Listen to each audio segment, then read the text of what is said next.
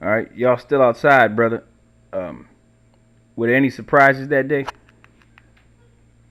Well, brother, yeah, one in particular. The brother's mother's family, they was never feeling what we was talking about, you know what I'm saying? They was like, let it ride, man, let it ride. This is how these hunkies act, Well, the father's family, the father of the brother's family was like, man, the hell with that. Father was like, I got sisters and I got some more sons and I don't want them to be victimized like this, so we're going to put our name down on the protest list, you dig? So, yeah, that was a major, so when we came back outside of City Hall, I knew they were there already. When the brothers in TRA came and said, Gerald's family want to talk, so what can we do but give them the stage, you know what I'm saying? Yes, we do. And we'll be back again, and again, and again, and again. Yeah, we will.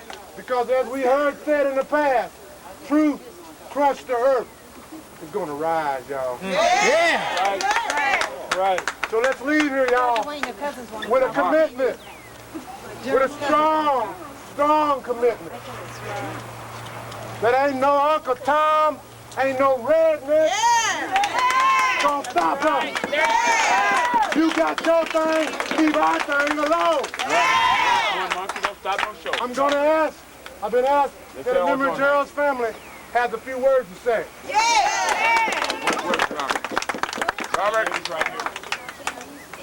In the early 1900s, there was a Springfield race riot, and that's what spurred the NAACP a few years later, I believe in 1909. This is 1987, and we're going through the same stuff all over again. That's right. A member of my family was killed by police. The people who were supposed to protect him, they were notified. They knew what was going on. Was it some act of heroism, some ego trip that they were on? What were they on? Were they on drugs when they decided to beat like Are the policemen suspended? Are they still out there trying to protect the citizens? Or are they out there abusing the citizens? Are they out there taking what rights they've been given by the citizens of Illinois to abuse the citizens of Illinois, of Springfield? What is the problem? What is the problem? We have fought and we have fought, and we are going to continue to fight until without the black race, United States, America would not have been built. We were the first born. The first remains of any human being ever found were those of black people. Where did you come from? Where did you come from? What do we want? You came from us. Justice. You came from us. Justice. And we will help tear it down before we see ourselves brought up by the country that we built. What do we want? We are not a visual for no reason without any weapons upon him. It was wrong. It was wrong.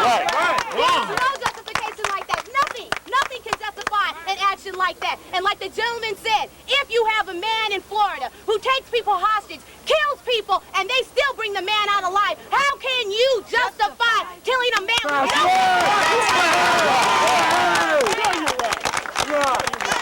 What do we want? Justice! What do we want? Now! What do we want? Justice! What do we want it? Now! What do we want? Justice! What do we want it? Now! What do we want? Justice! What do we want it? Now! What do we want? Justice! What do we want it? Now! What do we want? Justice! What do we want it? Now! Brothers and sisters, we coming back if it's necessary. I want to thank you for coming. On behalf of justice, I want to thank you for coming.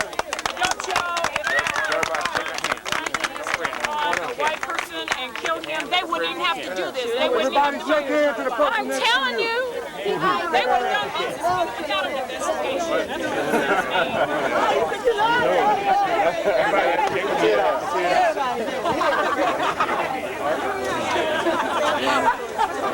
Jackie, she was shaking.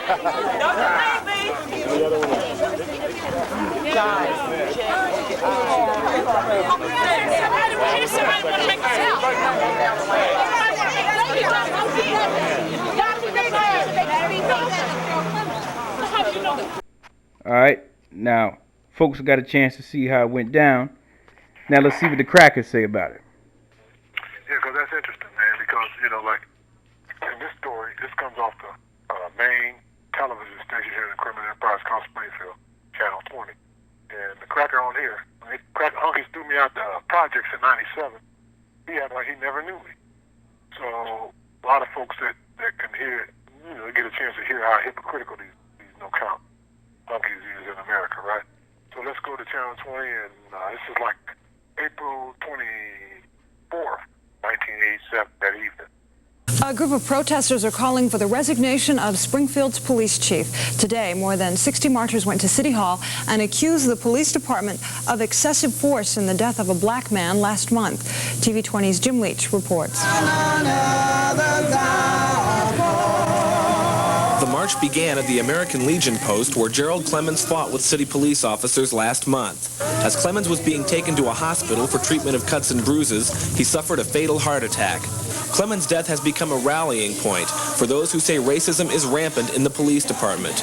More than 60 protesters took that allegation to the city council today.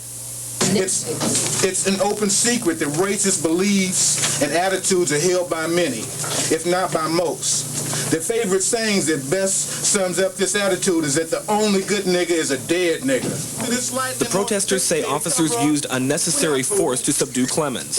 They say that force was the result of racist attitudes in the department. So the demonstrators are calling for the resignation of Police Chief Stanley Troyer, who they say must take responsibility for Clemons' death.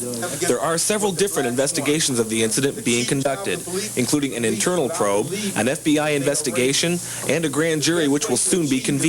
But when Mayor Houston attempted to explain that, the protesters challenged him.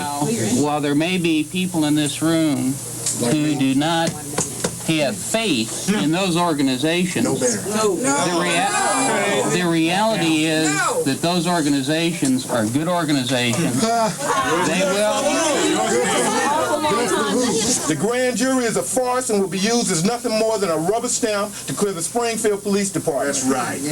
Councilmen say there is little they can do at this point, but clearly they were not impressed by the demonstrators' tactics. This morning they belittled the Federal Bureau of Investigation, the grand jury, the state's attorney, the city police, every institution that is working on their behalf. So there was no impression made on me. And I don't know that it does any good to make a spectacle of a serious incident that happened. And the man at the center of the controversy, Police Chief Troyer, would not comment. Through a spokesman, he said the group's allegations were not worthy of a response. Jim Leach, TV 20 News, Springfield.